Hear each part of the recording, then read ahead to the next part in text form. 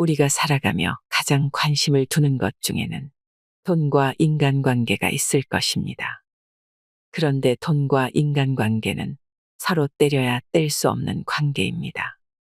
막대한 부를 얻고 돈을 버는 것도 결국 인간관계에서 출발하는 것이기 때문입니다. 좋은 인간관계는 운을 부르고 우리를 부자로 만들 수 있습니다.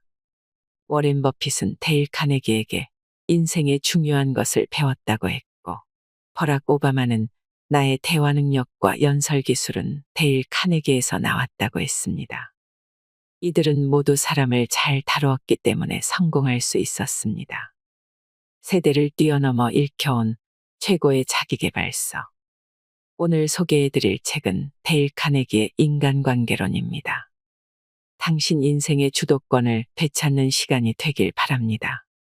골치 아픈 인간관계의 처세법이 궁금하셨다면 오늘 영상이 도움이 되시리라 생각합니다. 우호적으로 다가가라. 우드로 윌슨은 이렇게 말했다. 두 주먹을 꽉 쥐고 저를 찾아오면 저도 당신만큼이나 빨리 두 주먹을 꽉 쥐게 될 겁니다. 만약 누군가가 당신과의 불화로 마음이 괴롭고 당신을 향해 악감정을 품고 있다면 세상의 모든 논리를 다 동원해도 그 사람의 생각을 당신 쪽으로 돌릴 수는 없다. 자녀를 꾸짖는 부모, 부하 직원에게 고압적인 상사, 싸움을 좋아하는 배우자는 이 점을 반드시 깨달아야 한다. 사람들은 마음을 바꿔먹고 싶지 않다는 건 말이다. 억지로 몰아간다고 해서 그들이 우리 생각에 동의해 주지는 않는다. 하지만 부드럽게 우호적으로 한없이 부드럽고 한없이 우호적으로 접근한다면 어쩌면 그들도 마음을 바꿀지 모른다. 링컨은 벌써 100년도 더 전에 그렇게 말했다. 그가 한 말을 직접 들어보자. 한 바가지의 쓸개즙보다 꿀 한 방울이 더 많은 파리를 잡는다는 말은 오래된 명언이다. 그러니 사람 문제에 관해 누군가를 당신의 대의에 동참시키고 싶다면 먼저 당신이 그의 진실한 친구라는 사실부터 납득시켜라. 그게 바로 그 사람의 마음을 사로잡을 꿀 한 방울이다. 말하자면 이성에 이르는 가장 확실한 길이다. 바람보다는 태양이 코트를 더 빨리 벗길 수 있다. 친절한 태도, 우호적인 접근, 상대에 대한 인정이야말로 세상의 모든 바람과 폭풍보다 더 쉽게 사람들의 마음을 바꿀 수 있다. 원칙. 우호적으로 시작하라. 더 잘하고 싶은 욕구를 자극하는 법. 피트가 새로운 강아지를 훈련시키는 모습을 지켜보면 참 재미있었다. 강아지가 아주 조금만 발전해도 피트는 강아지를 쓰다듬고 칭찬하고 간식을 주며 잘했다는 표현을 확실히 했다. 피트의 방법이 새로운 것은 아니다. 동물 훈련사들이 수백 년간 써왔던 방법이다. 그런데 왜 우리는 누군가의 행동을 바꾸고 싶을 때 똑같은 상식을 발휘하지 않을까? 왜 채찍 대신 당근을 쓰지 않을까? 왜 비난 대신 칭찬을 하지 않는 걸까? 아주 작은 발전에도 칭찬을 하자. 그래야 계속해서 발전하고 싶어진다. 심리학자 제스 레어는 자서전에서 이렇게 말했다. 칭찬은 인간의 따뜻한 영혼에게 햇볕과 같다. 칭찬이 없으면 우리는 자랄 수도 꽃을 피울 수도 없다. 그런데도 대개 남에게 비난이라는 찬바람을 불려고 한다. 다른 사람들에게 칭찬이라는 따뜻한 햇볕을 비추기를 꺼린다. 원칙. 손톱만큼이라도 나아진 것은 모조리 칭찬하라. 잘했다고 말할 때는 진심을 담고 칭찬을 할 때는 아낌없이 쏟아부어라. 적을 만들지 않는 확실한 방법. 시어도어 루스벨트가 백악관에 있을 때 이런 고백을 했다. 자신이 오를 가능성이 75%만 되어도 더 바랄 게 없다고 말이다. 20세기의 가장 뛰어난 인물 중 한 명이 바랄 수 있는 최고 수준이 75%라면 여러분이나 나는 어떨까? 만약 당신이 오를 가능성이 55%라고 확신할 수 있어도 지금 당장 월스트리트에 가서 하루 $100만 벌 수 있을 것이다. 그 55%조차 옳다고 확신할 수 없으면서 왜 다른 사람에게 틀렸다고 말하는가? 꼭 말을 해야만 상대에게 틀렸다고 표현하는 것은 아니다. 바라보는 눈길로, 억양으로, 제스처로 우리는 얼마든지 상대가 틀렸다고 표현할 수 있다. 당신이 상대를 틀렸다고 했는데 그 상대는 당신에게 동의해주고 싶을까? 당신은 상대의 지적 능력에, 판단력에, 자존심에, 자존감에 직격탄을 날렸다. 그러면 상대도 반격하고 싶어진다. 절대로 마음을 바꾸고 싶지 않다. 벌써 300년 전에 갈릴레오는 이렇게 말했다. 사람에게 무언가를 가르칠 수는 없다. 그저 자기 안에서 찾아내게끔 도와줄 수 있을 뿐이다. 체스터필드 경은 아들에게 이렇게 말했다. 가능하면 다른 사람들보다 현명해져라. 하지만 그 사실을 입 밖에 내지는 마라. 소크라테스는 아테네의 추종자들에게 여러 번 이야기했다. 내가 아는 것은 내가 아무것도 모른다는 사실뿐이다. 원칙. 상대의 의견을 존중하는 태도를 보여줘라. 절대로 상대가 틀렸다고 말하지 말라. 틀렸을 때는 인정하라. 자신의 실수를 인정할 용기를 내보면 어느 정도의 만족감을 느낄 수 있다. 죄책감이나 방어적인 태도가 싹 사라질 뿐만 아니라 실수 때문에 생긴 문제도 해결되는 경우가 많다. 본인의 실수를 방어하려는 시도는 어떤 바보라도 할 수 있다. 그리고 대부분의 바보가 그렇게 한다. 그러나 실수를 먼저 인정하는 사람은 무리에서도 눈에 띈다. 스스로도 한 차원 높은 희열을 맛볼 수 있다. 옛 속담을 기억하라. 싸움은 결코 만족을 주지 않는다. 항복하면 기대 이상을 얻는다. 원칙. 내가 틀렸을 때는 빠르고 단호하게 인정하라. 내라고 먼저 말하게 하라. 대화를 할 때 처음부터 서로 의견이 다른 부분을 이야기하지 말라. 의견이 같은 부분부터 부각하며 시작하라. 가능하면 양쪽이 똑같은 목적을 향해 노력 중이고 실현하는 방법의 차이가 있을 뿐이라는 점을 강조하라. 처음에 상대가 네 맞아요 라고 말하게 하라. 가능하다면 상대가 아니요를 말할 일이 없게 하라. 해리 오버스트리트 교수는 이렇게 말한다. 아니요는 가장 극복하기 힘든 핸디캡이다. 일단 한 번 아니요라고 말하면 내 모든 자존심을 걸고 그 입장을 지키게 된다. 나중에 아니요가 경솔했다는 생각이 들더라도 귀중한 내 자존심을 고려할 수밖에 없다. 일단 한 번 뱉었다면 반드시 고수해야 할 것 같은 기분이 든다. 따라서 긍정으로 시작하는 것이 매우 중요하다. 노련하게 말을 잘하는 사람은 처음부터 맞아요라는 반응을 여러 개 끌어내고 시작한다. 그렇게 되면 듣는 사람의 심리가 긍정적으로 흘러가게 된다. 마치 당구공의 움직임과 비슷하다. 한쪽으로 보낸 후에 방향을 틀려고 하면 힘이 든다. 그걸 다시 반대쪽으로 보내려면 훨씬 더 많은 힘이 든다. 만약 처음에 학생이나 고객, 아이, 배우자가 아니요를 말했다면 그렇게 곤두서 있는 부정적 태도를 긍정으로 바꿔놓기 위해서는 천사 수준의 지혜와 인내가 필요하다. 원칙. 상대가 즉시 네 맞아요 라고 말하게 하라. 상대가 더 많이 이야기하게 하라. 상대를 설득하려는 사람들은 대부분 말을 너무 많이 한다. 상대가 실컷 말하게 하라. 상대의 사업이나 문제점에 대해서는 당신보다 상대가 더 많이 한다.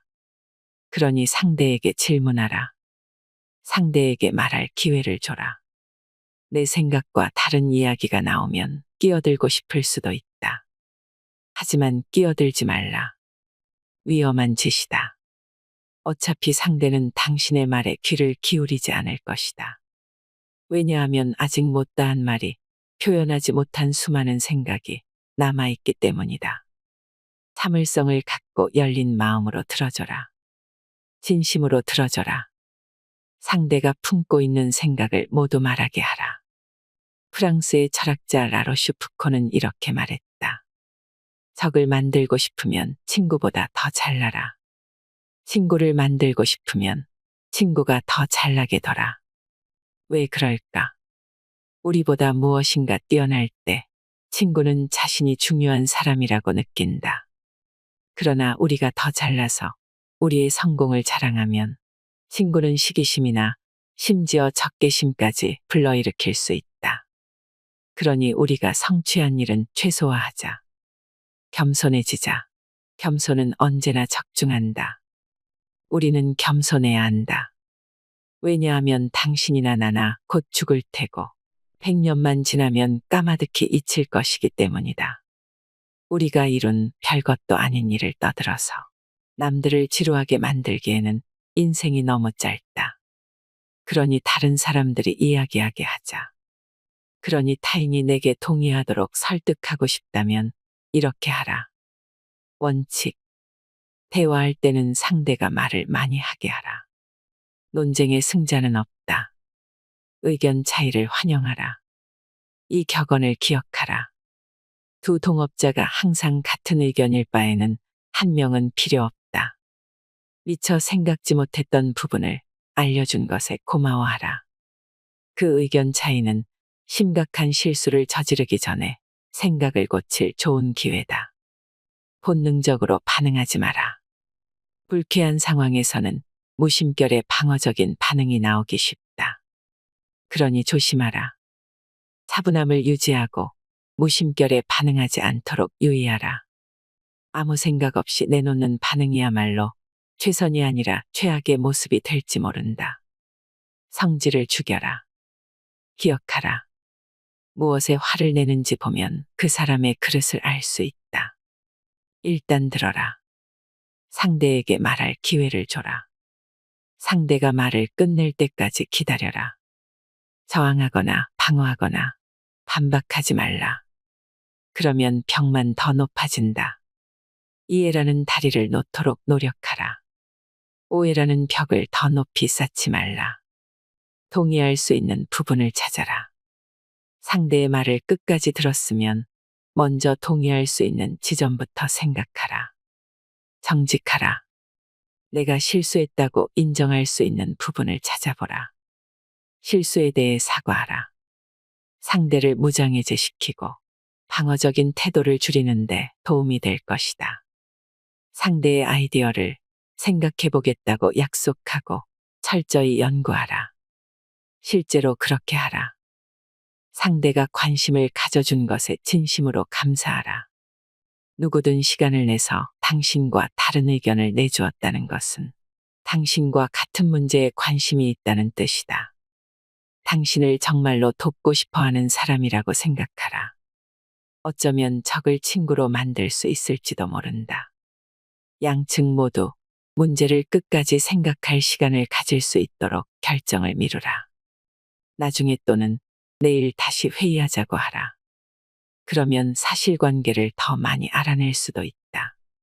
다음 회의를 준비하면서 스스로 다음과 같은 질문을 어렵더라도 던져보라. 원칙. 논쟁에서 최선의 결과를 얻는 유일한 방법은 논쟁을 피하는 것이다. 자기 생각이라고 믿게 하면 협조를 얻는다. 내가 설득당했다거나 누가 나한테 시킨다는 기분이 들면 좋아할 사람은 아무도 없다. 사람들은 내가 원해서 샀거나 내 생각에 따라 행동했다고 느끼기를 훨씬 좋아한다. 내가 바라거나 원하거나 생각하는 것이 무엇이냐고 누가 물어봐 주는 것을 좋아한다. 2500년 전에 중국의 현인 노자가 다음과 같은 말을 했다. 강이나 바다가 수많은 계곡물의 존경을 받는 이유는 늘 더 아래쪽에 있기 때문이다. 강이나 바다는 그렇게 계곡물을 다스린다. 사람들보다 위에 있고 싶은 현자는 자신을 사람들 밑에 둔다. 사람들보다 앞에 있고 싶은 현자는 사람들의 뒤로 간다.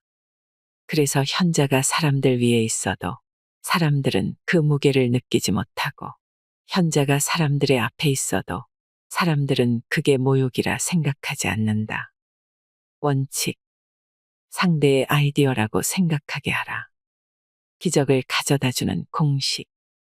다른 사람들이 완전히 틀릴 수도 있다는 사실을 기억하라. 하지만 당사자는 그렇게 생각하지 않는다. 그렇다고 다른 사람을 비난하지 말라. 비난은 어떤 바보라도 할 수 있다. 타인을 이해하려고 노력하라. 오직 현명하고 마음이 넓으며 남다른 사람만이 다른 사람을 이해하려고 시도라도 해본다. 사람들이 그렇게 생각하고 행동하는 데는 이유가 있다. 그 이유를 캐내라. 그러면 그 사람의 행동에 대한 열쇠가 될 뿐만 아니라 그가 어떤 사람인지까지 알아낼 수 있다. 최선을 다해서 상대의 입장이 되어보라. 내가 그 사람 입장이라면 어떤 기분이 들까? 어떻게 반응할까? 하고 속으로 생각해보면 시간도 절약되고 짜증도 덜 난다. 왜냐하면 이유가 궁금해지면 결과를 혐오할 가능성이 줄어들기 때문이다. 게다가 이렇게 하면 인간관계의 기술도 극적으로 끌어올릴 수 있다.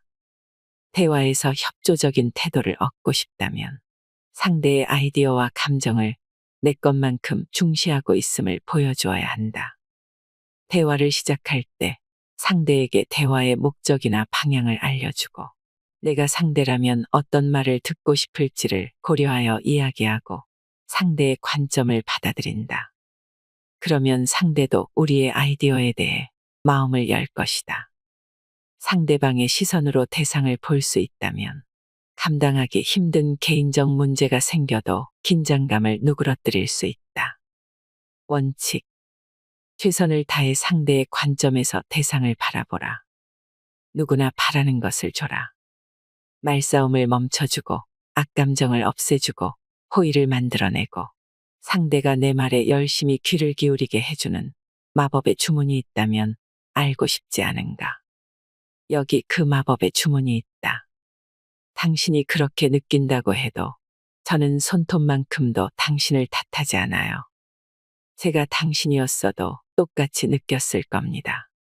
저렇게 답을 하면 아무리 성미가 고약한 작자라고 해도 누그러질 것이다. 그리고 저 말을 할 때 100% 진심이어야 한다. 왜냐하면 여러분이 상대방이라면 분명 똑같이 느꼈을 것이기 때문이다. 예를 들어 여러분이 방울뱀이 아닌 이유는 여러분의 어머니와 아버지가 방울뱀이 아니었기 때문이다. 그뿐이다.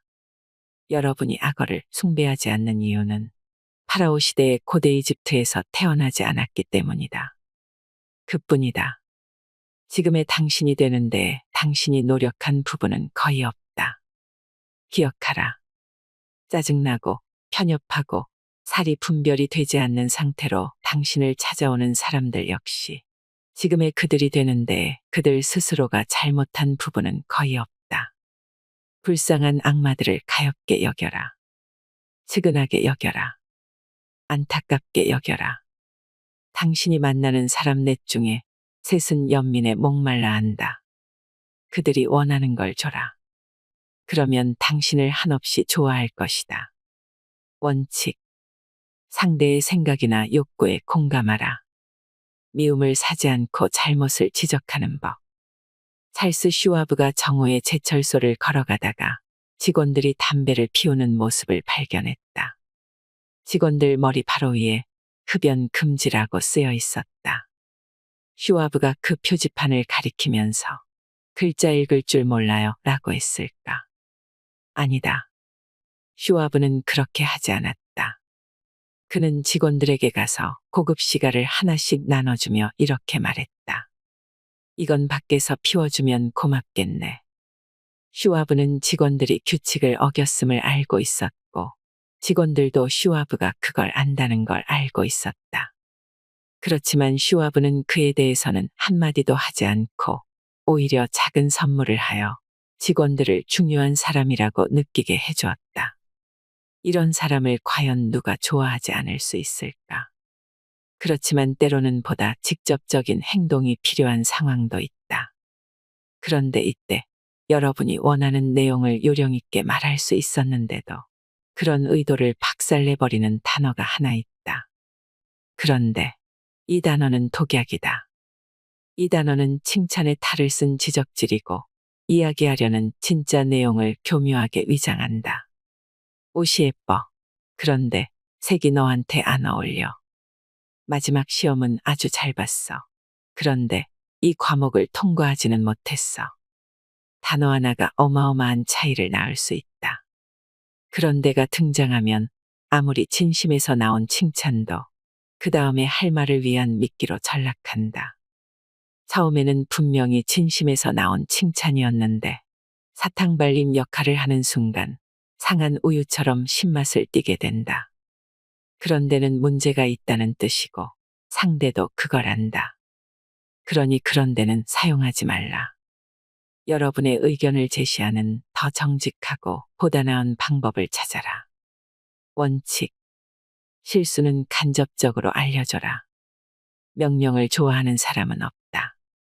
타벨은 RCA의 설립자 오웬 영의 전기를 쓸 당시 한 남자를 인터뷰한 이야기를 들려주었다. 그는 3년 동안 오웬 영과 같은 사무실을 썼다.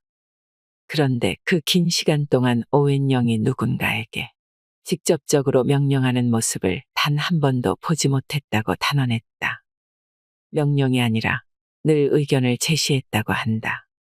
오웬 영은 이래라 저래라 하거나 혹은 이건 하지 마라, 저건 하지 말아라고 말하는 법이 없었다. 늘 이렇게 말했다. 이 방법도 한번 생각해봐. 그게 효과가 있을까? 또 편지를 받아쓰게 한 다음에는 자주 이렇게 말했다고 한다. 자네 생각은 어때? 비서가 쓴 편지를 본인이 검토할 때는 이렇게 말했다고 한다. 여기를 이런 식으로 표현하면 좀 더 나을 것 같아. 오웬 영은 늘 사람들에게 스스로 행동할 기회를 주었다.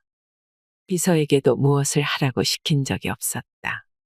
비서가 하는 대로 내버려 두고 실수를 통해 배우게 했다. 이렇게 하면 사람들의 실수를 바로잡기가 쉽다. 또한 상대의 자존심을 지켜주고 상대가 중요한 사람이라는 느낌을 줄 수 있다. 그러면 상대방은 반항하기보다는 협조하고 싶어진다. 요령 없는 명령은 반감을 산다. 그 반감은 오래도록 지속될 수 있다. 아무리 그 명령이 명백히 잘못된 상황을 바로잡기 위해서였다고 해도 말이다.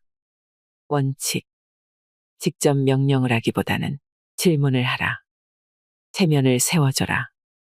우리는 남의 감정을 함부로 다루고 내 갈 길만 가면서 남을 책잡고 위협하고 어린아이나 직원을 사람들 앞에서 비난하고 상대의 자존심이 다치는 것을 생각조차 해보지 않는다. 몇 분만 시간을 내서 생각해 본다면, 자상한 한두 마디 말을 덧붙인다면, 상대의 태도를 진심으로 이해해 보려고 한다면, 다른 사람을 아프게 하지 않고서도 얼마든지 부드럽게 일을 처리할 수 있다. 우리가 옳고 상대방이 분명히 틀렸다고 하더라도 상대의 체면을 깎는다면 그의 자존감만 파괴된다. 생텍쥐페리는 이렇게 썼다. 상대의 눈에 비친 그 자신을 깎아내리는 말이나 행동을 할 권리가 나에게는 전혀 없다. 중요한 건 내가 그 사람을 어떻게 생각하느냐가 아니라 그 사람이 자기 자신을 어떻게 생각하느냐다. 상대의 자존감에 상처를 입히는 짓은 범죄다. 원칙. 상대의 체면을 세워줘라. 강아지에게도 좋은 이름을 붙여준다. 어린이나 청소년에게 골칫덩어리니 비행 청소년이니 하는 꼬리표를 붙이면 틀림없이 그에 맞게 행동할 것이다. 그러지 않을 이유가 무엇인가? 이미 비난을 받고 있는데 더 잃을 것이 없다는 마음이 들 수밖에 없다. 그렇지만 만약에 누군가 시간을 내서 그들에게 만회할 기회를 준다면 어떻게 될까? 남들이 존경하고 감탄할 만한 자질을 누구나 하나쯤은 지니고 있다.